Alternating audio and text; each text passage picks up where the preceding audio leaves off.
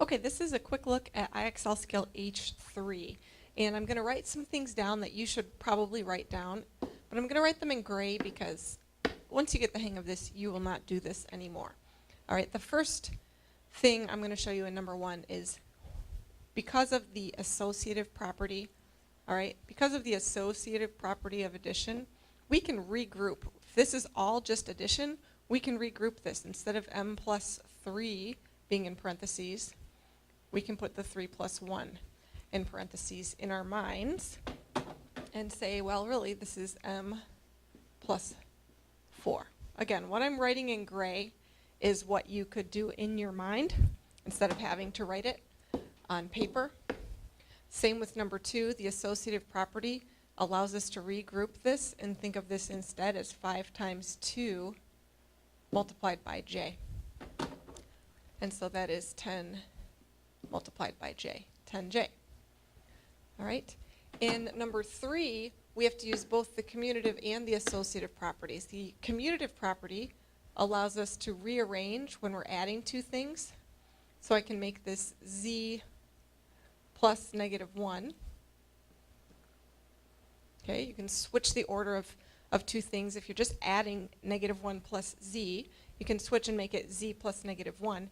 And then because it's all addition, we can also use the associative property to regroup these and put the negative 1 plus 5.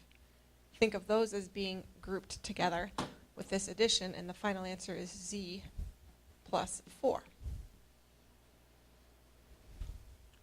Okay. Now we start repeating a little bit here. This is multiplication in number 4. Instead of negative 6 multiplied by negative 7m, we can multiply the negative 6 by the negative 7 and then multiply that by m. Again, I'm going to recognize that what I'm writing in gray, you probably wouldn't bother to write normally, but these are your examples, so it's probably a good idea to write it down. Okay. Let's see here. This looks to me like just the distributive property. It's negative 3 times negative 2, and then negative 3 times negative 4j.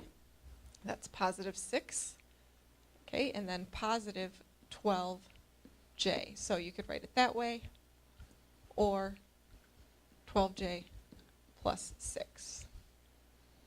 All right, the last one, notice this is not the distributive property. It kind of looks like it, but it is not the distributive property. It is addition.